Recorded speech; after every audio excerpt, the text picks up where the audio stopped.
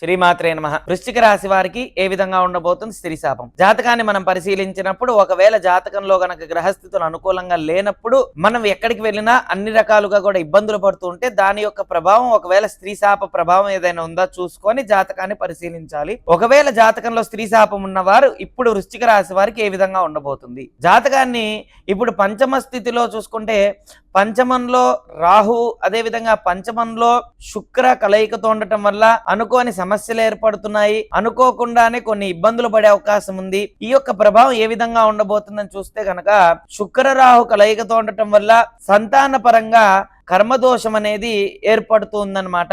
అంటే తరచూ ఇంట్లో పిల్లలకి ఏదో ఒక విధంగా హెల్త్ లో ఇబ్బందులు పడుతూ ఉండటం, హెల్త్ లో సమస్యలు ఎక్కువగా ఉండటం, ఆరోగ్య భంగం కలగడం, వీరు ఎంత ప్రయత్నించినా విద్యలో గాని వ్యాపారంలో గాని ఇలాంటి విషయంలోనే కుటుంబ వ్యవహారంలోనే కొద్దిగా ప్రతికూలత ఎదురవుతూ ఉంటుంది. అనుకూలత అనేది ఇబ్బంది పరంగా ఉందన్నమాట. ఎంత ప్రయత్నించినా వ్యతిరేకత ఎక్కువగా ఉండటం వల్ల రావడం జరుగుతూ ఉందన్నమాట. ఏదైనా సరే ఈ యొక్క వృశ్చిక రాశి వారికి పంచమ స్థితిలో ఈ గ్రహం ఉండటం వల్ల, రాహు ఉండటం వల్ల సంతాన పరంగా ఆరోగ్య సంబంధించిన విషయంలోనే ఎక్కువగా ఇబ్బందులు పడే అవకాశం ఉంది. కాబట్టి రాహుకి సంబంధించిన దుర్గా సప్తశ్లోకి, దుర్గా సూక్తం, ఈ విధంగా దుర్గాదేవి ఆరాధన చేయడం వల్ల మంచి విశేషమైన ఫలితం ఉంటుందన్నమాట. ఒకవేళ స్త్రీ శాపం ఉన్నప్పుడు ఈ యొక్క ప్రభావం అనేది ఏర్పడుతుంది. అసలు స్త్రీ శాపం ఉంది అనేది మనం జాతకాన్ని పరిశీలించినప్పుడు ఈ 4 స్థితుల్లో ఏ విధంగా ఉందో మనం తెలుసుకోవాలి. ప్రప్రథమైన ప్రభావం చూసుకుంటే కనుక వంశశాపము, అదేవిధంగా భ్రూణ హత్యా దోషము అంటారనమాట. ఈ భ్రూణ హత్యా దోషం వంశశాపానికి సంబంధించింది.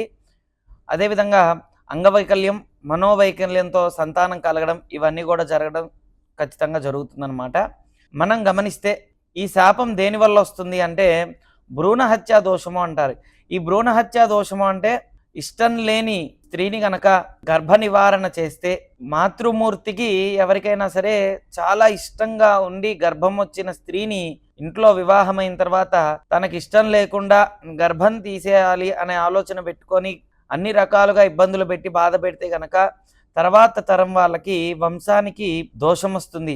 తర్వాత ఎవరన్నా జన్మించినా అంగవైకల్యం కానీ మనోవైకల్యం కానీ జన్మించడం జరుగుతుందన్నమాట.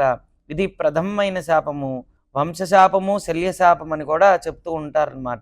రెండో చూసుకుంటే కర్మశాపము, అదేవిధంగా భోగదోషము, అదేవిధంగా పరమార్థిక శాపము, ఈ 4 ఉంటాయి. రెండో చూసుకుంటే గనక కర్మశాపము, నమ్మించి ఎవరినైనా సరే అక్క, చెల్లి, అదేవిధంగా పిన్ని, ఇలా ఎవరైతే ఉంటారో స్త్రీ వర్గానికి సంబంధించిన వారు, మాతృవర్గానికైనా సరే ఎవరినైనా స్త్రీ సంబంధించిన వ్యక్తుల్ని నమ్మించి ధనపరంగా బాగా ఇస్తానని చెప్పి మోసం చేస్తే అది కర్మ ఫలితం. కాబట్టి ఈ కర్మ శాప ప్రభావం చేత వ్యక్తికి దంపతుల మధ్య సఖ్యత ఉండదు, ఇంట్లో గొడవలు అవుతూ ఉంటాయి, ప్రేమ ఆప్యాయతకి లోనవుతూ ఉంటాడు, గొడవలు అవుతూ ఉంటాయి అన్నమాట.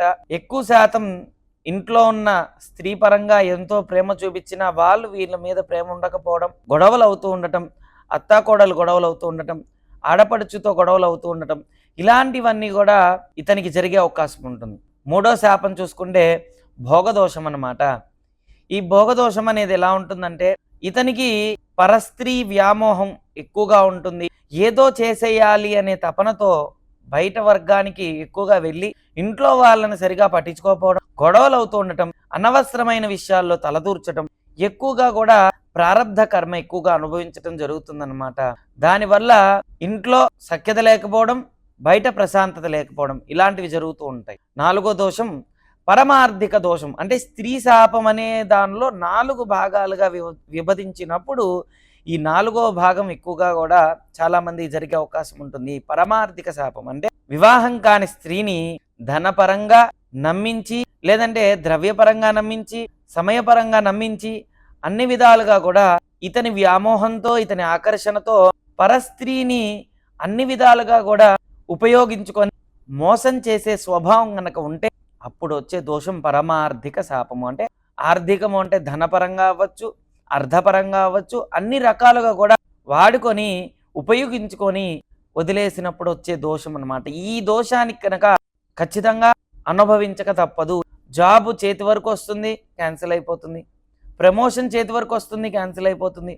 ధనము, వ్యాపారం, ఉద్యోగం అన్ని రకాలుగా కూడా దగ్గర వరకు వచ్చి క్యాన్సిల్ అయిపోయే ఛాన్స్ ఎక్కువగా ఉందన్నమాట.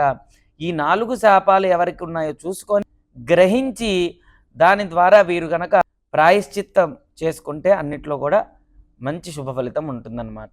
ఓం శ్రీ దత్తాయ నమః. ఓం శ్రీ దత్తాత్రేయాయ నమః. ఈ విధంగా గనక మన జాతకంలో గనక ఎక్కడైనా సరే అష్టమ స్థానంలో రాహు గాని, అష్టమ స్థానంలో శుక్రుడు గాని, అష్టమ స్థానంలో గ్రహస్థితులు ఏదైనా ఉంటే కనుక అనవసరమైన విషయాల్లోనే గొడవలు పడుతూ ఉండటం, అనవసరమైన విషయాల్లోనే ఎక్కువగా తలదూర్చుకోవడం, ఇలాంటివన్నీ కూడా జరిగి అనవసరమైన విషయాల్లో గొడవలు పడుతూ బాధలు పడే అవకాశం ఉంటుంది. అష్టమ స్థానంలో శత్రుస్థానం, అష్టమ స్థానానికి మనకి అష్టమ స్థానం శత్రుస్థానం రెండు ఉంటాయి. శత్రువు అనేది షష్టమ స్థానం. అష్టమ స్థానంలో గనక గ్రహస్థితులు ఏదైనా సరే షష్టమంలో ఉన్నప్పుడు ఈ ప్రభావం కొద్దిగా అధికంగా ఉంటుందన్నమాట. అంటే గ్రహస్థితులు అనేది మన మీద ఏ విధంగా ఉంటాయనేది ముందు జాతకాన్ని చూసి, జాతక చక్రాన్ని పరిశీలించి అన్ని విధాలుగా కూడా తెలుసుకోవాలి. ఇప్పుడు వీరికి కర్మ ప్రభావం సంతానపరంగా ఎక్కువగా ఉంటుంది కాబట్టి, అంటే వీరికి సంతానపరంగానే విచారం ఎక్కువగా ఉంటుంది కాబట్టి చాలా జాగ్రత్తగా ఆచితూచి అడుగు వేస్తే మంచిది. అదేవిధంగా వీరికి సరైన సమయం అని కూడా చెప్పుకోవచ్చు.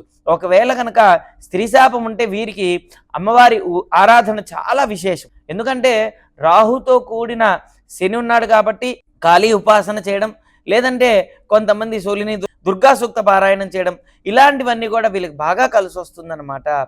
అయితే వీరికి మార్చ్, ఏప్రిల్, మే, జూన్ ఈ 4 మాసాలు ఉపదేశం తీసుకొని మంత్రోపదేశం లేని వారు కనుక దుర్గాదేవత ఆరాధన చేయడం చాలా మంచి విశేషమైన ఫలితం వస్తుందన్నమాట. అదేవిధంగా కొన్ని స్థిరత్వ పరంగా ఇబ్బందులు పడే అవకాశం ఉంటుంది. విద్యార్థుల పరంగా విద్యా సంబంధించిన విషయంలో ఎవరైనా సరే వృశ్చిక రాశి వారు ఉంటే వారి సంతాన పరంగా కొద్దిగా ఇబ్బందులు కలిగే అవకాశం ఉంది. విద్యాపరంగా అనవసరమైన విషయాల్లో తలదూర్చడం, గొడవలు పడుతూ ఉండటం ఇలాంటివి జరిగే అవకాశం ఉందన్నమాట ఈ సమయంలో. కాబట్టి ఆచితూచి అడుగు వేస్తే మంచిది, మౌనంగా ఉంటే చాలా మంచిది. అదేవిధంగా May, June, July, August, September, October, November, December ఈ ప్రభావం కర్మ ప్రభావం ఉంటుంది కాబట్టి దంపతుల మధ్య సఖ్యత లేకపోవడం, పిల్లల విషయంలోనే తల్లిదండ్రులు గొడవలు పడుతూ ఉండటం, ఏదైనా సరే ఈ యొక్క సంవత్సరం పిల్లల విషయంలో తల్లిదండ్రులకి గొడవలు ఎక్కువగా అయ్యే అవకాశం ఉంది. కాబట్టి అనవసరంగా పిల్లల విషయంలోనే తల్లిదండ్రులు దూరి గొడవలు పడుతూ ఉండటం ఇబ్బందికరంగా ఉంటుంది. చాలా జాగ్రత్తగా ఉంటే మంచిది. అనవసర విషయాల్లో తలదూర్చకుండా సుబ్రహ్మణ్యేశ్వర స్వామికి దుర్గా సూక్త పారాయణం, దుర్గాదేవికి ఆరాధన చేస్తే 2 విషయాల్లో సఖ్యతగా, ప్రేమగా, ఆప్యాయంగా అన్నిట్లో అన్ని రకాలుగా కూడా కలిసి వస్తుంది అనమాట. ఏదైనా సరే జాతక చక్రాన్ని క్షుణ్ణంగా పరిశీలించినప్పుడే వారి జాతకంలో ఏ గ్రహస్థితులు బాలేదు, ఏ ప్రభావం ఉందనే తెలుసుకోవచ్చు. ఓం శ్రీ దత్తాయ నమః. ఓం శ్రీ దత్తాత్రేయాయ నమః.